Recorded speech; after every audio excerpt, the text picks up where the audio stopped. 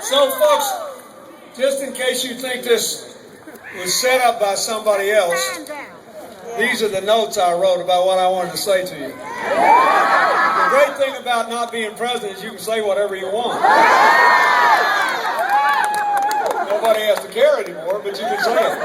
Yeah, you can do that. Wow. It's great to be here. Great to be back in Milwaukee. Great to be back in Wisconsin. I want to thank my longtime friend, Senator Herb Cole, for being here and for supporting Tom. Representative Glenn Moore, thank you for your service in the Congress. You know, how's he going to create jobs? I was thinking about my Wisconsin memories today. 20 years ago, it's hard to believe, when I ran for president, I remember being on a little farm Man, I want to know how with you an Irish farmer with 9 children singing Danny Boy to me. I remember bringing the Chancellor of Germany, Helmut Kohl, to Milwaukee and having Milwaukee school children sing a song to him in German. And when I drove through the city today, I got here early, stopped at a coffee shop where Tom's winning, and looked around at all the changes that were made. And this is what I want to say to you. This is about what's best for you and your kids and your future, but it's also about America. He talks about thugs. You know, for 100 years now, people have looked to Wisconsin from all over this country to see a place of small towns and vibrant cities, to see a place of farmers and factory workers and small business people, to see a place where there were vigorous political debates, closely held elections, and then people got together and figured out what the heck to do. How are you going to create And now they look at Wisconsin and they see America's battleground between people who want to work together to solve problems and people who want to divide and conquer.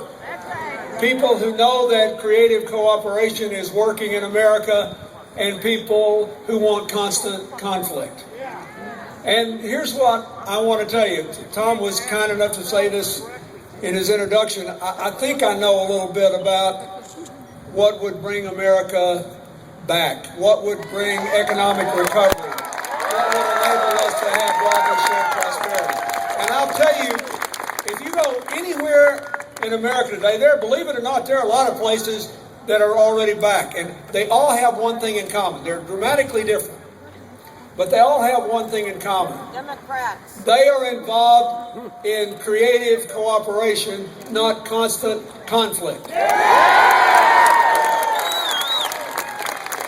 In Chicago, when Rahm Emanuel left the president's office and went home and became mayor of Chicago, and he realized that the Republicans were not going to pass the infrastructure bank, which allows private and public capital to put America back to work, to modernize our country, he created one in Chicago. And I went there for the announcement. There were Democrats and Republicans, and the Republicans thought Washington was nuts for not passing what used to be a bipartisan bill. Why? Because the same Tea Party philosophy of the far right that has dominated Wisconsin politics for the since the 2010 election is dominating there. So they worked with the mayor of Chicago. In Jacksonville, a young man who worked for me and worked for Hillary, Alvin Brown, is now the mayor of Jacksonville, an African American. And I went there to his economic conference, and every Republican businessman and banker in town was there saying this is the only guy that ever got us together, business, labor, government, and we're going to rebuild this city and take it to new heights. I could give you an example. San Diego has a Republican mayor, more Nobel Prize winning scientists than any city in America. They are the leaders in human genome research. You can't see a genome, so you need computers. The head of the biggest computer company, Qualcomm, is one of America's most prominent Democrats. They're all working together, and they're booming. Cooperation works. Constant conflict is a dead bang loser.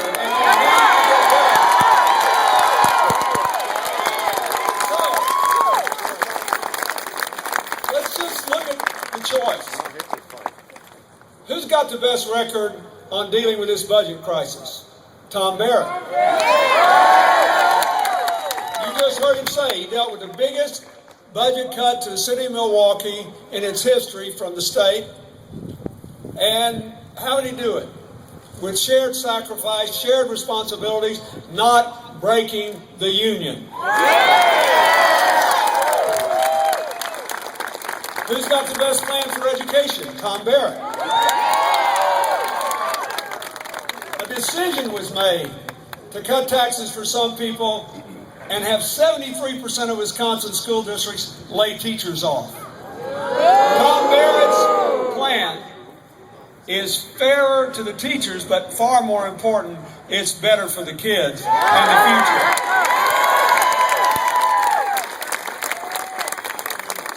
Who's got the best plan to prepare our kids to go to college, go to training programs, go to work? Tom Barrett. As far as I know, he's the only mayor in the country that's taken a lead in putting 3,000 or so high school kids into the workplace so they can understand what's going on and they got a better chance to get a job. In the United States today, there are 3.5 million job openings posted right now that aren't being filled very fast because they haven't done everywhere what he's trying to do here and what he'll do for Wisconsin if you make him governor next Tuesday. Who's got the best record in creating jobs? Tom Barrett. You've got a new factory making windmills here. You've got a new factory making solar panels here. He's the head of the Regional Economic Council that turned the Menominee Valley from a brownfield to a commercial success, nearly 4,000 new jobs. I'll bet you anything there were some Republicans on that council. They worried about how to put people to work, not how to divide and conquer. Now, teach your children well. You need a budget from the next governor that deals with whatever the realities are, but where there is shared responsibilities and shared sacrifice, not winner take all. This election is not about how to deal with a hard budget crisis. I had to do that. And I gave you, if you remember, the last 4 budgets were surplus budgets.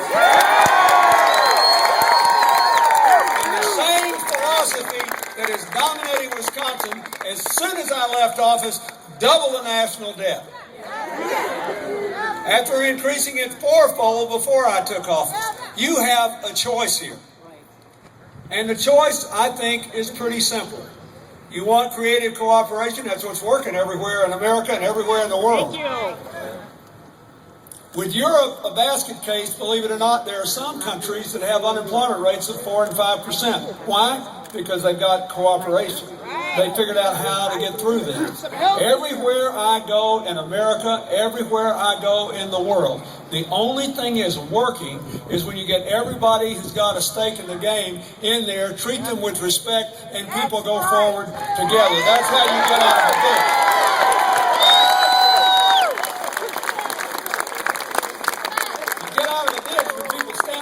Shoulders and somebody gets to the top and then reaches down and pulls everybody else up. That's how you get out of the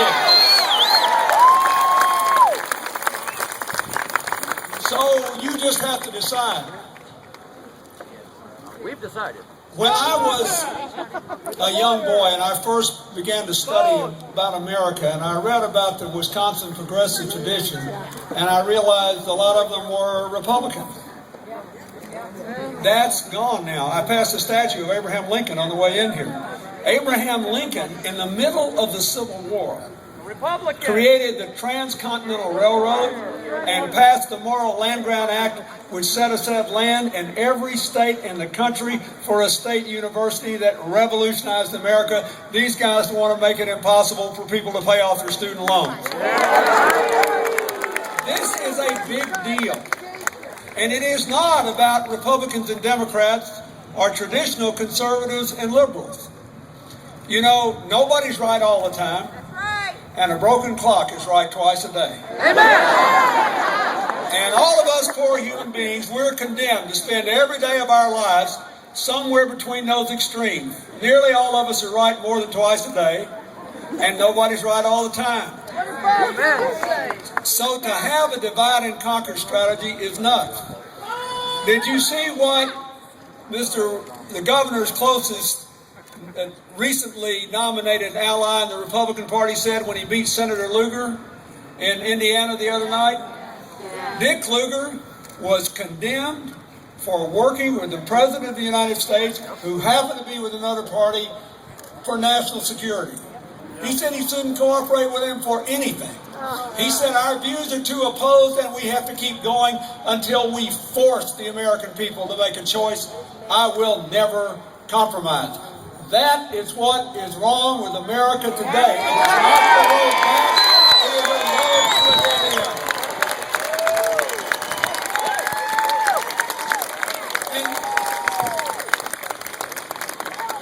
There's a reason all these far-right wealthy people are pouring money in here running negative ads against them. And I don't know enough about all the details, but I'll tell you this about the crime deal.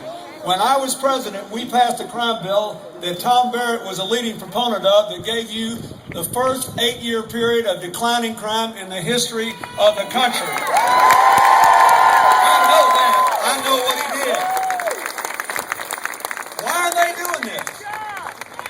Because times are tough and you got to get up every day. And a lot of people in this crowd get up every day. And you start the day, you look in the mirror and you say, God, is it going to get better? How long is it going to be? What's my future going to be like? And when people are uncertain and afraid, it's easy to get them confused and divided. I'm telling you, folks, I wrote a whole book about this. We got a lot of problems. We fell from 1st to 15th in the percentage of our young people with college degrees because kids couldn't afford to finish because their debts were so high and their parents were in trouble. We fell from 1st to 15th in the quality of our infrastructure. We're 15th in our computer download speeds, which hurts small towns and rural areas of Wisconsin that could be using the internet to sell their products. But everything that's wrong with us is fixable. We're still the biggest economy on earth. We are still the most diverse country on earth with a big economy. Look around this crowd today. That is our strength. We are still younger than Europe, younger than Japan. In 20 years, we'll be younger than China. So this is about whether you think that's a good thing or not, or whether you want to support laws that make it harder for young people and minorities and poor people to vote. That's what this is about. That's what he did. And he did it to keep the electorate narrow, hoping you wouldn't show up, and to confuse people. If you like the idea that it should be harder for the young, the poor, the minorities, the first generation of immigrants to vote, by all means, stay home Tuesday. If you know that's a loser for America and you look around this crowd and you see our youth, you see our vitality, you see our diversity, show up Tuesday and elect Tom Barrett.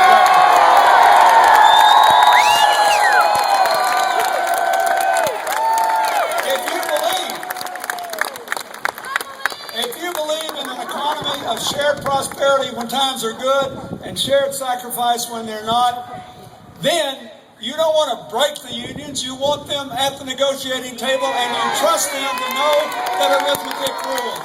Show up and vote for Tom Barrett on Tuesday.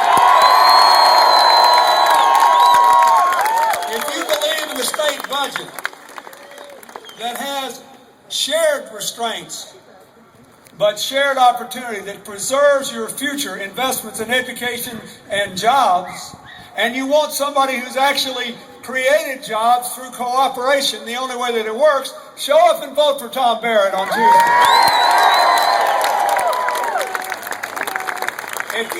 If you want Wisconsin, once again, to be seen by all of America as a place of diversity, of difference of opinion, of vigorous debate, where in the end, people's objective is to come to an agreement that will take us all forward together, you have to show up and vote for Tom Barrett.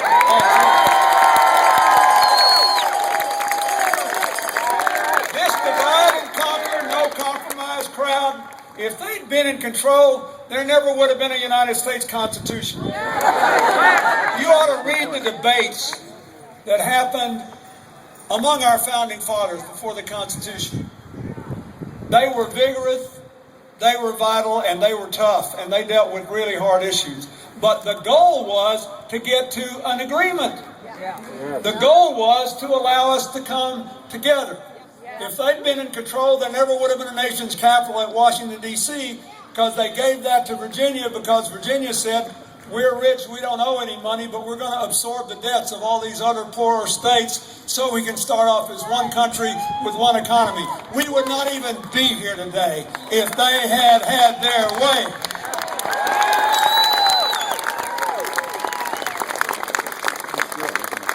So I came from New York today for that reason. I'm grateful to you. You voted for me twice.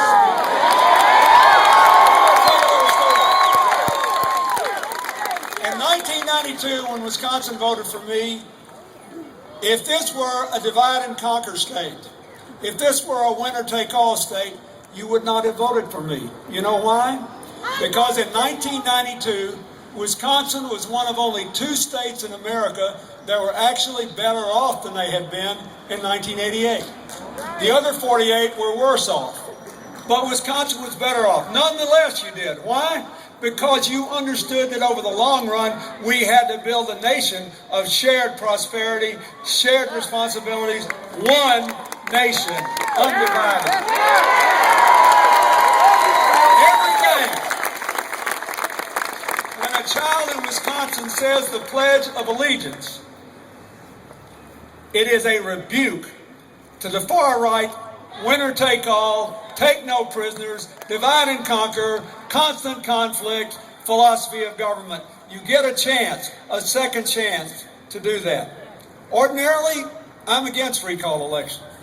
I went to try to fight one in California. But sometimes it is the only way to avoid a disastrous course. Sometimes it is the only way to avoid being misunderstood. I can just hear it now, Wednesday. All those people that poured all this money into Wisconsin, if you don't show up and vote, will say, see, we got them now. We're finally going to break every union in America. We're going to break every government in America. We're going to stop worrying about the middle class. We don't give a rip whether poor people get to work their way into it. We got our way now. We got it all. Divide and conquer works. You tell them no. You tell them Wisconsin has never been about that, never will be about that, by electing Tom